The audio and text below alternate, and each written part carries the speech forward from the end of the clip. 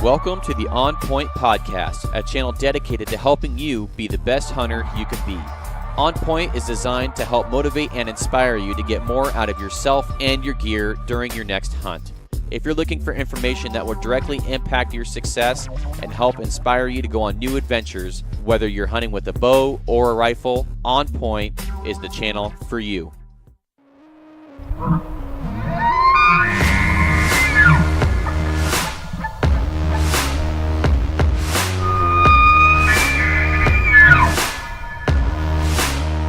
Hey guys, welcome to this week's bonus episode. That's right, bonus episode. The reason being is that I want this channel to be really educational for folks, and I want folks to get a lot out of it, but also having fun and having an entertainment value is also part of the channel as well. So this is a shorter episode. I think it's like 35 minutes long, and I have the honor and the pleasure of sitting down with Throat Punch and Papa Fish. And if you don't know who that's at, that's part of the Born and Raised series. They had a small short window in there where Trent and Trevor's brother, Austin, a.k.a. Throat Punch, and Papa Fish, which is their dad, Darrell, got a chance to come onto the show, and they killed an elk together. And it was probably one of my favorite episodes of the whole season, and I know a lot of folks have that same feeling. It was one of the favorite episodes of Land of the Free. So I'm really excited to share this one with you guys. It was filmed at the Northwest Mountain Challenge at Hoodoo, and towards the end there, you can hear a guy on a microphone yelling some announcements and stuff. So I forgive me about the sound quality, but if you're not laughing through the whole thing, you're not listening, because it was an absolute blast. I don't think I've ever laughed this hard filming a podcast yet. So I really hope you guys enjoy. And I want to thank everybody that came and saw me at the Northwest Mountain Challenge. It was awesome. I want to thank Throat Punch and Papa Fish for coming on the show. Royce Chambers also joined me as a co-host. And I just really am excited to share this one with you guys. So here it is, Throat Punch and Papa Fish.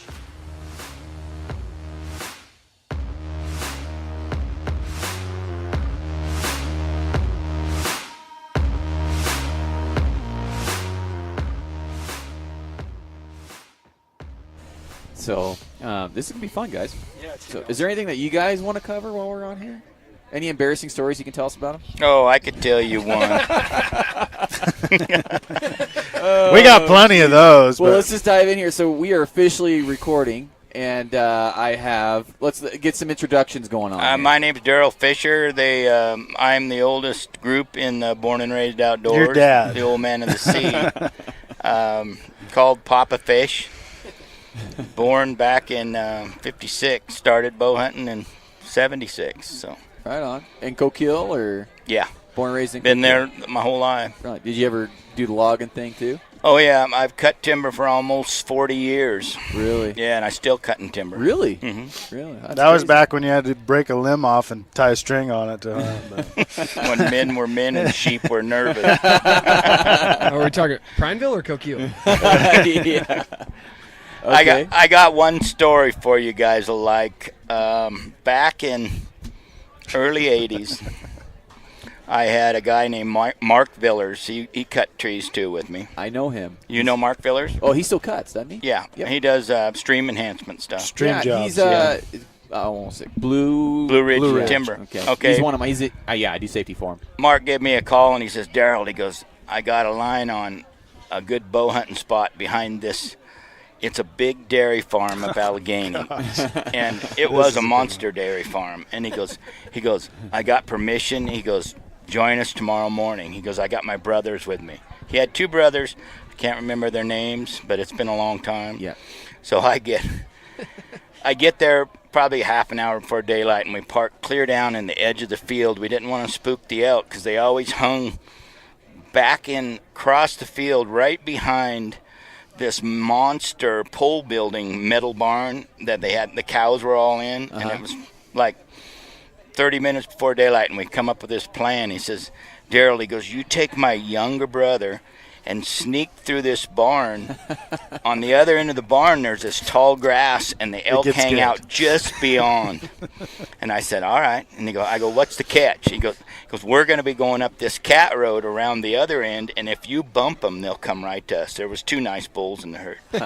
I said, all right, I'll do it. So we get down there, and God, I wish I could remember his name, but we start up this one road that led to the barn, and as closer I got, there must have been 100 cows in this barn, and we had to go through the barn because if you went on the outskirts, it was mud. It was mud. Not the good cows, not the elk. No, these were moo cows. And so I come sifting through this barn, and it looked like split pea soup about 1/4 inch deep, and we're sneaking through it and wading through these cows, but through the barn had these metal cable gates big fences that you had to climb over.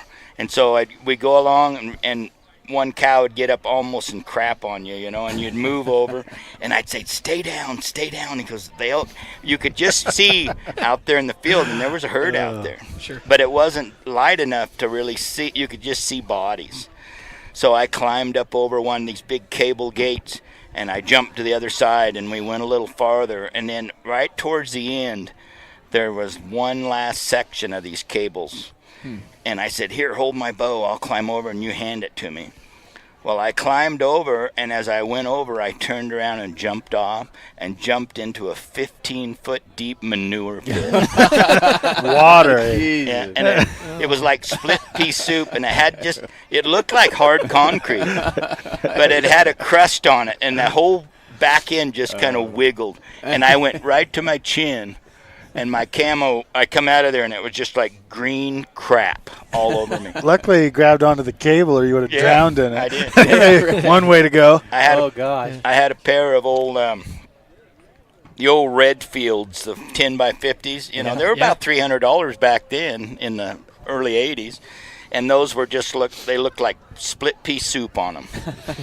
So I hiked back to the truck, and I told the kid, I said, hey, you go around this cable and see if you can sneak on these elk. I'm going to go back and find a garden hose. I had change of clothes in the pickup.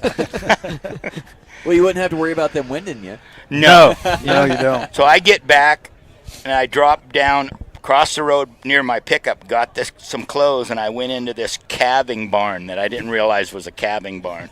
And all the time I was thinking, when I'm stripped naked, I know the farmer daughter's going to show up anytime. And so I'm here bare-ass naked, and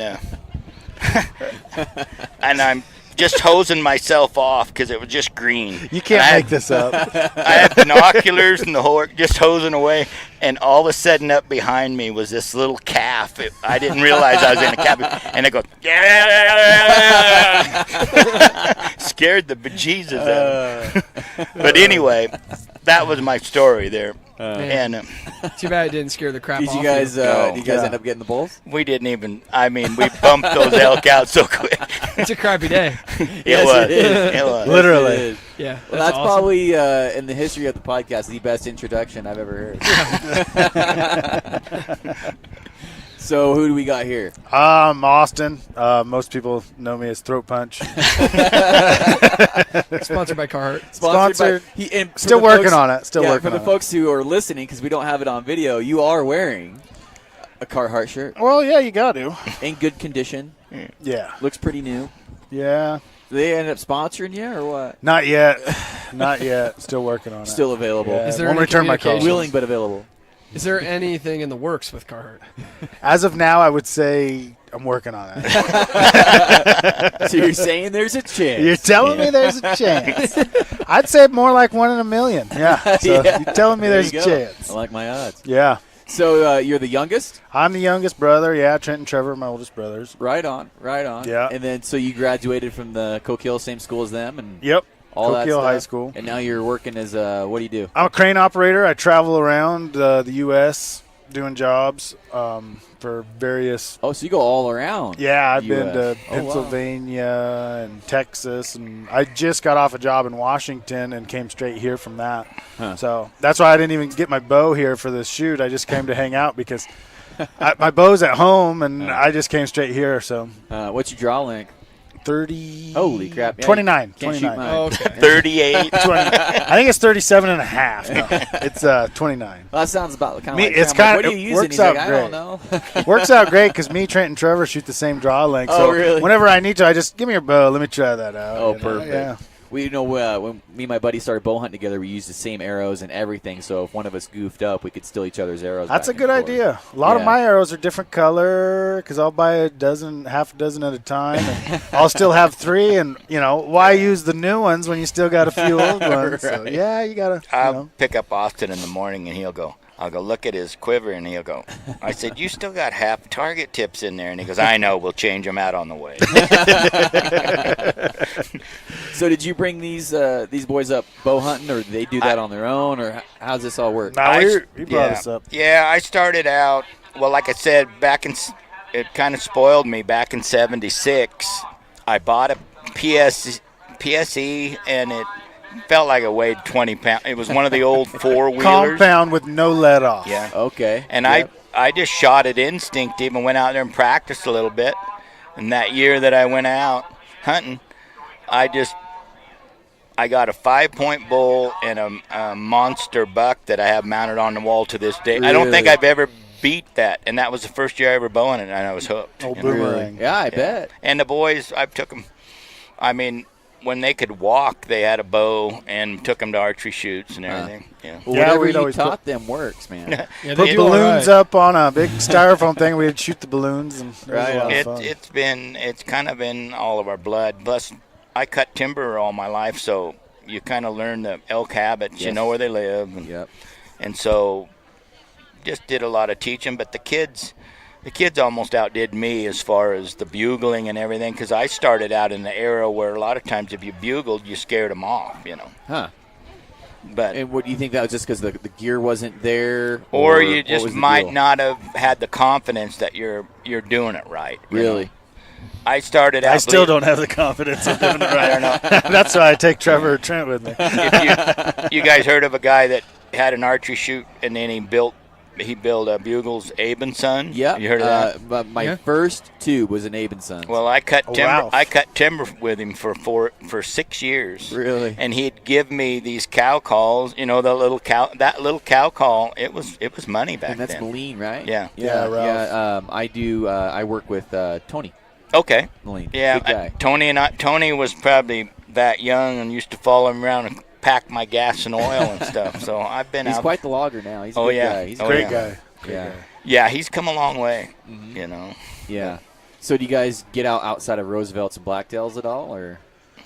Not a lot yet. A little bit. You know, I went to Colorado with the boys, and Trevor and I went to New Mexico last year. and Really? That was awesome. Huh. We've done some mule deer hunting. Yeah, yeah. My Bow thing. or rifle or? Bow. We We went- went. we Me went and up- Dad went we drove all the way to Eastern Oregon, like Yeah. 10 hours. We You get and- all the way. Okay, so this is my not real smart, but seemed like a good idea at the I time. like it. Sounds like a good story. So about we what happened. we go all the way over there. We're there 2 days, we're scouting, seeing bucks everywhere, and we get up opening morning. We wake up at daylight, a little before, and And what did I tell you when we first went out? don't shoot the first one you see. So I get out of we're driving up this road trying to get to a spot where we actually want to hunt. We have an idea where we're going to go and park and hike back in here, see what we can do. And so we're driving up there, and it's daylight now. And all of a sudden, I look off to the left, and there's this buck right there on the hillside. Dad goes, I go, stop. I'm Well, trying to convince him it's not as big as he thought I it said, was. that's a nice buck. I jump out. I run up the hillside, pull Probably back. for a Blacktail. I shot a fork and horn. The first 5 minutes of daylight on the opening morning, we travel all the way over there. But you know what? It was one of the best eating deer there was. It was Oh, good. yeah. It was a lot of fun, though. And then I just helped Dad and hunt with him the rest of the time. But I was on it. I was the only one to get a deer that Yeah. trip, though. Well, I, really? Yeah. I passed up a lot of, little 3 points and small 4 points, thinking, oh, we'll get. And I did. We jumped some hogs. Yeah, we did jump some big ones. But tag soup at the end of the hunt. But Well, we you had a hunt great with time. bow, I mean, Oh yeah, Yeah. that's always the an chance option. you're willing to take. Yeah. one thing I really do like, I will say, is I'm a bow hunter, but I love rifle hunting muleys. It's so cool. I just love it. The smells, Yeah. the weather, That time of year over the there, bucks too. you see. That time you never know Yeah. what you're going to get. It could be snow. It could be 80. It could be -0. Well, that's elk season over east, too. Yeah, that's true. That's true. And we've been going over to the same spot for 30 years, and no way is that depressing. No. Well, that's like late season deer in Oregon. It can be snowing or it can be 80 degrees. I Exactly. mean, you In the never past know. couple of years, no snow. Really? Yeah, no, that hasn't really There been was any. snow the year before last. Yeah. You guys ever get into the late season blacktails at all? Is it Yeah, yeah. Okay. I got one on the wall that's it's not a monster, but I think it's a 138 or Yeah, something. nice Holy 4x4, isn't it? smokes. But Big eye guards. That's nice we'd go down to Medford. We had one in there that we nicknamed. He was 7x4, and he had double eye guards. And Trent and Trevor both saw him, and then I had him at about 90 yards for about an hour in the snow, but couldn't get an arrow in him. He was too smart. Nicknamed we him nicknamed Evander. Evander Holyfield. he was a hog. Yeah, but things got worse down there. It just seemed like it was Yeah. really good about 10, 12 years ago, and it just seemed like Yeah. it kind of dried up a Well, little. we had this conversation the other day on a blacktail podcast we did, and we all pretty much said it throughout the podcast. We each agreed 6 years ago where we used to blacktail hunt. About the time that fire hit, they locked it all up. Yeah. You'd see 6 or 8 shooter. I mean, I'm talking 120, 130 class bucks, and now you're lucky if you see 1 or 2 a year. Can you walk in from the gate down I there? believe you can. You can. I haven't called and asked. Yeah. But there's a lot of good area they locked up. I mean, just as much as I do. They locked a lot of good area up Well, in there. Yeah. My It has wa- nothing to do with the bears and cougars that run around up there. Well, what I've heard it is, Yeah. is, Me and we, Dad, we saw what? we saw three cougars. We were driving down a road, and there was about 2 inches of snow on the road. And there was 3 cougars in the middle of the road just playing in the snow. Really? It was crazy. Oh, yeah. It was a few years ago. Yeah, that was up It was No-Tail Creek yeah, or that was- somewhere. yeah. But a couple years ago, I hunt with a buddy a lot, and we were hunting we took a week off, both of us, and we said, oh, we're going to hunt hard. We're going to do it. We're going to see if we can get a big one. We hunted for 3 days and didn't see nothing. I mean, we saw some bucks, but 300 yards away, that doesn't do you much good with Right. a bow. So we did that. Finally, by about the 3rd day, we said, you know what? Let's try something new. He had a pop-up blind. So we set up this pop-up blind. We went over a hill and set it up here on this trail. And, this is the perfect spot. We're sitting there for about 2 hours. And we don't really blind hunt, so we got really, really bored. So next thing you know, he pulls out this $3 deer call that he bought at Walmart, and he goes, let's try this. And I just looked at him like, really? And he pulls it out, and we're sitting there and we're laughing. Literally, we're laughing. And he's blowing this call, and we're laughing at each other and talking. All of a sudden, we hear this crunching. I go, you got to be kidding me. Something walked up behind the blind where we had no window. Couldn't see what it was. We heard it walking around. It left. We got out of the blind about a half hour later when we quit hearing it. Looked like a big buck track. I said, you got to be kidding me. I said, give me that call. Give me that call. It's crazy. That's one of the biggest unicorns of Oregon right there is late season blacktail calling them in. And then how many do you call in that you don't even know about? Yeah. Rattling it. Sometimes Rattling, you get call, something yeah. in. I mean, we had it's funny because we had a blacktail podcast recently, and pretty much throughout the whole podcast I learned I'm an idiot. Like I'm doing everything wrong. oh, yeah. Try to have 2 brothers that make hunting videos yeah. and then say, oh, I'm doing this right. Yeah. But I will say I did kill 5-point and jeans in a Carhartt shirt. Yes, you so- did. Yeah, and not only did you kill it, but you throw punched I it. throw punched it. Yeah. Yeah. I think if he brought it up earlier, I think if I just want to gain followers, I'm going to start shooting elk in the esophagus. All right. That's what a man does. Yeah. I think that's what you said earlier. Yeah. But I want to hear the story behind that. So, because a lot of folks probably haven't heard of it, especially the ones that listen to this podcast. So, Yeah. Do you even know what episode it is? 26. Is it? I haven't a clue. I think it's like 26. I'm not Episode sure. 26, Born and Raised, Land of the Free. It's called, I think, I hunted hunting with my With my brother, brother. or something. Hunting I with think. my brother. Yeah, I Yeah, think Trevor's, Trevor named it. I think. Yeah. Okay. All right. Well, let's get into this. Well, we're hunting, me, Dad, and Trevor. You want to hear it? Probably two versions because I might have saw it a lot We can differently. hear the truth, we can hear the lie. No, it's true. It's just two different point of views. Well, we hiked back. We parked at this cat road, and we started hiking back in there and bugling as we go. And Trevor was bugling and filming and bugling and all that. And we get back in there a little ways, and we're just about to the end of the. We've done it before, so we knew how far we could go before it's kind of, okay, let's go back to the truck. Well, right about the end of the road, Trevor lets off a bugle, and immediately this bull just sounds off. Really? So me and Dad run forward, and he sets up on the left side of the road, and I set up on the right side of this cat road. About 30 yards ahead of me. Well, Long More line. beside. But, Further up the road. yeah. Hey, you tell your version in a second. So this bull, it immediately just comes screaming in. And I kind of set up on the corner there. I look over, and I'm watching Dad, and I'm looking where I can hear where the bull's coming from, but I can't see it yet. And I'm sitting there watching, and I look over at Dad, and he pulls back. And I go, well, shoot, maybe he sees something I don't. So I just pull back. And here it comes. Finally, I see it. It comes right up, and it turns broadside. So I put it on it, and I touch her off, and it jumps and spins. As fast as I can, I reload. he can reload really fast. Yeah, semi-automatic bow. Him and Ty have a lot in common It's an on assault the bow. reload. Yeah, it's a assault bow. Yeah, spins, and it's just looking right at me. And all I could see like its chest and its face, and I just put it right underneath its chin and let her fly. And it just punched it right through the throat, and it went 15, 20 yards. Yeah, probably 20. 20 yards. 25. But It rolled down the hill quite a little it further, went in the right woods. into this. And a legend was born. Yeah, Yeah. and that was the beginning of it all. So is that accurate? Is that how it happened? Well, Here we go. it did come in really fast, and at about 28 yards, and it got right in front of this great big fir limb, and all I could see was limbs and legs. And so I'm trying to find some kind of a hole, and then I see Austin down there, and he just pulls the bow back, and he's sneaking around the cat road. And I'm thinking, Looking for my shot. You gotta look for your I shot. think he's game hogging me here. but when he lets that first one fly, and I'm thinking, okay, it sounded like it hit something, but I wasn't sure. It was out of my view, and then he just reloaded like probably 3 seconds, just like an automatic weapon.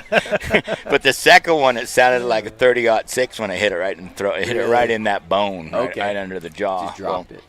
But Yeah, it didn't go and I very go, far. Austin, where did you hit? And he goes, the first one. And he goes, I think it was right in there, Dad. I think it hit a limb, but what it did is the first one went, and it actually just cut into the backstrap. You can see it. It just sliced it like a knife. Just sliced the backstrap, just the hair. Right It over, just grazed the hair. right over the top. It just hung around. Yeah, and it just spun and gave me time to get another What one happened off. is that you were setting the situation up to be in your favor. Oh, yeah. Spin it around. Yeah, I like a more high quality shot. Tell him Front what on. you said. Tell him what you said, though. What? I don't even remember. I said, well, where'd the first one go? And he goes, I think I threw the first one over the bow, and then I throat punched the second one. I had to give him a little warning shot. I like to make it fair. That's just called fair chase. I like to make it fair. Yeah. It's for the kids. It's But we laughed probably from start to finish. So we had a great time. That is what it's all about. Oh, right yeah. there. Yeah, we had a ball. How often do you guys get to hunt together all like that? Me and Dad, every year, we hunt together Quite a all the bit. time. Yeah. Trent and Trevor and them, they're always off, kind of. They travel a lot and Yeah. everything. So when they're home, we try to hunt with them a little bit. But I went, 3 or 4 years ago, I think. We went to Colorado, and we were back in 8.5 miles where we camped. Holy smokes. And you get back there and you go, okay, we kill an elk back here. It takes us a day. 2 days to get it out. Yeah. It was some pretty grueling stuff. Right. But we went I, to New Mexico with Trevor too. yeah, but Mule deer or elk? Oh, Really? yeah, elk. Yeah, and I killed one. I killed one the very last day, and it was just a dink, but it was the best tasting elk. We're not really picky about, Yeah. if it's legal, Yeah. It's going to go down if you got the chance. I think that's one thing that folks really like about the Born and Raised series is that you They're- shoot it or you pass it up. Your butt's in the back of the line. We're not trophy hunting here. Well, like Trevor said with me when I shot that one, he goes, "How big was it?" I said, "It looked like a small 4-point, tiny 3-point or 4-point." And it was a 5-point. And it's just because I looked at it, I saw it was legal, and I just quit looking at the horns and don't get nervous. If it's got 3, look for the throat. That's it. If it's got 3, look for that white patch right underneath his chin. That's what you go for. It's like the Roadhouse version of elk hunting. Yeah, exactly. So, is there any other good stories you guys have of I'm sure you got a few. Oh, I've got a lot of them. So, what about for next year? Are you guys going to make an encore appearance onto the Born and Raised series? Oh, I'm sure we will. I'm sure we'll be on there somewhere. Yeah. Where they got that new guy with a Mitch, that's doing. Yeah. He's a great guy, and he's going to be getting a lot of content for him and everything. And a lot of times it works out where Trevor. And I don't know if Trent, but Trevor's usually home quite a bit, and he gets to go for a couple of weeks. And so we tie in threesome a lot, and go out and bugle for each other and everything. But when we say bugle for each other, Trevor bugles for us. I throw a cow call here and there. There you go. Hoochie Mama? No, not anymore. He graduated. Yeah, The era of the hoochie mama is dead. it kind of fell out. Yeah, there was about 2 years there where that was huge, It's and then sold. now you you. can tell. I bought one. I didn't know any better, but I bought one, and then it just Then the Primos little green bugly thing on you the do not cowgirl. use The one that. that sounds like a bird. Yeah, where you Or push the toy. button. That one's Yeah. scared. Yeah. I mean, I can still hear elk running. Yeah. It's bad. Makes you appreciate a good elk call. Yeah. Yeah. Put it that Yeah. way. What kind of bows and gear are you guys using? Cause Honestly, I shoot the bow that Trent in the very first video that they made. What was that first one they made? Tagged Out. Dang. That bow that he had in that video, he shot that bull with. He was just starting to start the videos and everything, and he goes, "Well, I'm going to buy a new bow." I said, "Well, how much you want for your old bow?" I still shoot that bow to this day, and that was 8 years ago. perfect. Yeah. And that it still works. Yeah. It shoots good. It's a Hoyt. We you know. both shoot Hoyt. I Nice shoot Hoyt. it. I I shoot love it turbo, and it's probably 3-4 years old. Oh, But is it the Spider? Or yeah, the, Spider Turbo, Yeah. and it's the long one, and I really like it. You Yeah, know. that's a really popular bow. Holy smokes! That And I'm Spider still series, looking for those.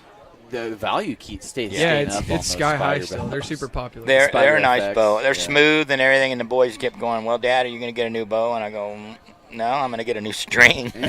You know. Yeah. I don't know. I'm not into the flare and everything. That's why it's tough. This is a first podcast, so you guys. Yeah, this is our first podcast we've ever Hey, done. we appreciate Austin you guys talked me coming into out. it. Yeah. I said, "Dad, let's go do this.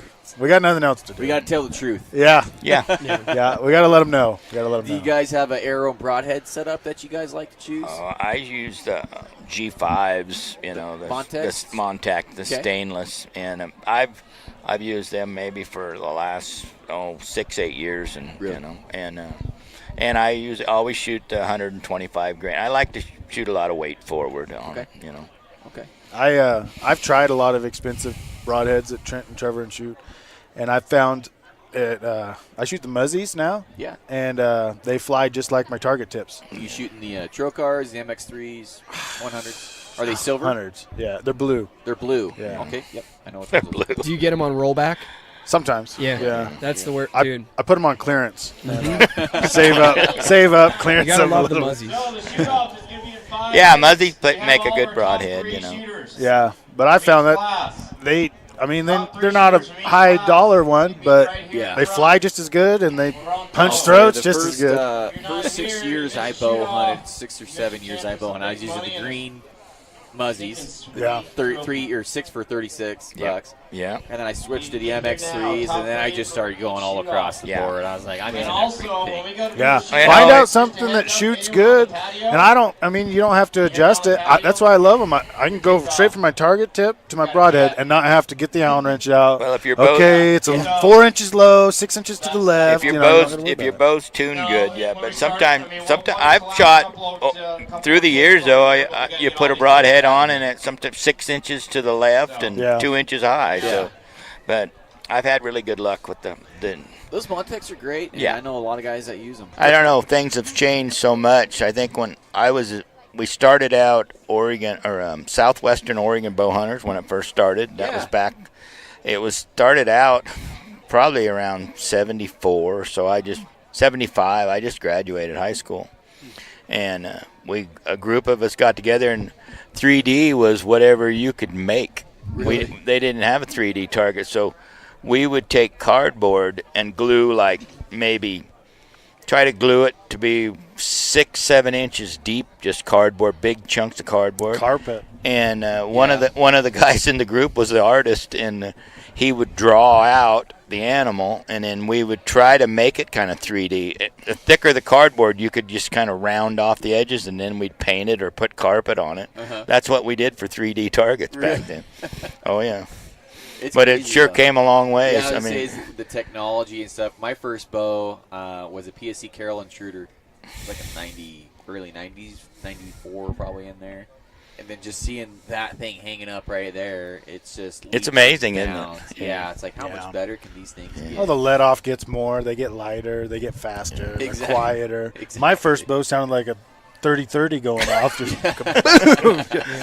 oh, well. Yeah, same thing. I bought one off Craigslist. I was like 3 inches too long on my draw and all strung out and ridiculous, and it killed. Oh yeah. But nowadays you get all dialed in. Yeah. And the bows are just crazy. Mm-hmm. Yeah. That's right. Oh, I remember you get the hand-me-down because I'm the youngest, so I get the hand-me-down bow, and it's always the draw length way too long. Your arm was just blistered, after just slapping your arm so many times because it's long. I hated that. So I think you guys need to get a camera and go do your own filming next year. Me and Dad? Submit it to the Land of the Free 2.0. Yeah. Guys, beat that up. I'm telling you. We could try. Yeah. I don't know. That's the hardest part. It puts a whole nother realm as far as camera, because when you're used to I'm used to just getting out there, and a lot of times I do solo hunt, Yeah. and all of a sudden you got maybe a caller and you got a cameraman. You got to worry about the cameraman getting everything, and we want to get the shot on film and everything. I'll tough. kill something if it comes in and the cameraman's not ready. That's too bad for the cameraman. I mean, I understand why guys do that because if it's not on film, then It's worthless, it doesn't do any good for them. Right. But for us, I mean, we enjoy the meat and everything. I mean, not that they don't. It's a different dynamic. Yeah. It really is what it is, and also it's to get a bull on the ground, but you have to be able to produce this content to do what they're doing. Yeah, exactly. I get To do it. what they're doing, they got to do it, and it's great. And they have enough people to do it. They have an extra cameraman. They have a caller. Where me and Dad, half the time, if it's filming, our cameras are our phone, or it's tripping over everything, and it's usually brushy, and half the time it would be a night. We might try it, but we might. But this year is going to put a whole nother realm. My wife, before we even had kids, I got her a bow and got her into shooting, and she shot and she went out deer hunting that very first year. But after that, then when kids came along, the bow got put away, and we got rid of the bow. Well, this last year for Christmas, I got her a nice bow. And got her shooting, and the first, right out of the gate, we went out to Trent's, and we got out there at 20 yards, and I said, okay, and I sighted her in just best I could, and I said, just hold her right on the kill and shoot 5 arrows, and we'll see how you did. Well, I walked up. I remember this. I was working on a job. I was in Texas, and my mom texts me a picture, and there's like 3 or 4 of the arrows are right in the bullseye. Really? The 5th one, right in the throat. And I said, "That's my mom." Yeah, I'm serious. Just right at the So it top. runs I in the said, family. "Yeah." That's right. I said, "I must have inherited it." Yeah. 20 yards. We walked up, and her first comment was, I said, "That's good shooting, Becca." And she goes, "They're not in the bullseye." That's the 5 Holy arrows. smokes. Yeah. That's killer. For guys that are listening, They're all to this touching the thing. 12 ring and The just bullseye's, stacked in there just a little bit to the right because I didn't have her dialed in. Yeah, But she goes, the bullseye's a 2-inch, probably orange. Yeah. dot, and she's got one in there, and I'm afraid she's going to be just pretty kissing. cocky, though. You know. Oh, But I'm man. going Those are to piled I'm going to up. take her hunting too, and Just try to stacked. get her a bull in, and try to that'd call be her great. in. I hope you guys film it. Oh, I'm hoping, but if it doesn't get filmed, it doesn't get filmed. You know. Well, I think this has been a good podcast, guys. Well, I mean, thanks I've for enjoyed having us. having you on, and anytime you guys want to come back on, you're more than welcome. Well, thank you. Your guys' stories are awesome. See, right in the throat. Let me see that last. Check that out. Yeah, she did throat punch.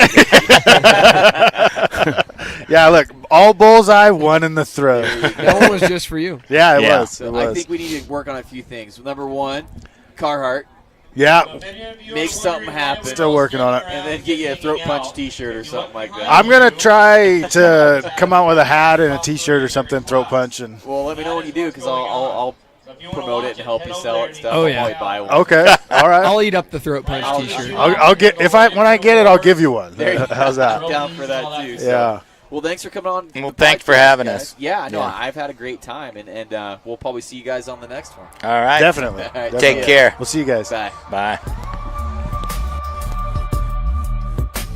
All right, guys, so that's the episode. Thanks for listening. And as always, if you can, leave me a 5-star review. If any episode has deserved a 5-star review for entertainment value, guys, this is the one. So I've had plenty of people leave reviews, but without comments. And if you're wanting to get entered in all these cool giveaways that I'm doing, guys, you have to listen and leave a comment with a 5-star review. That will get you qualified. If you don't leave that comment, it won't show me. It'll just show me that someone gave me a 5-star review, but it doesn't show me who.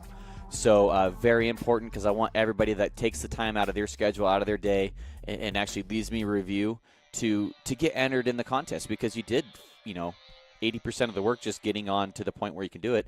And it only takes literally probably a minute and a half. So super easy, super quick, and be sure to get yourself entered.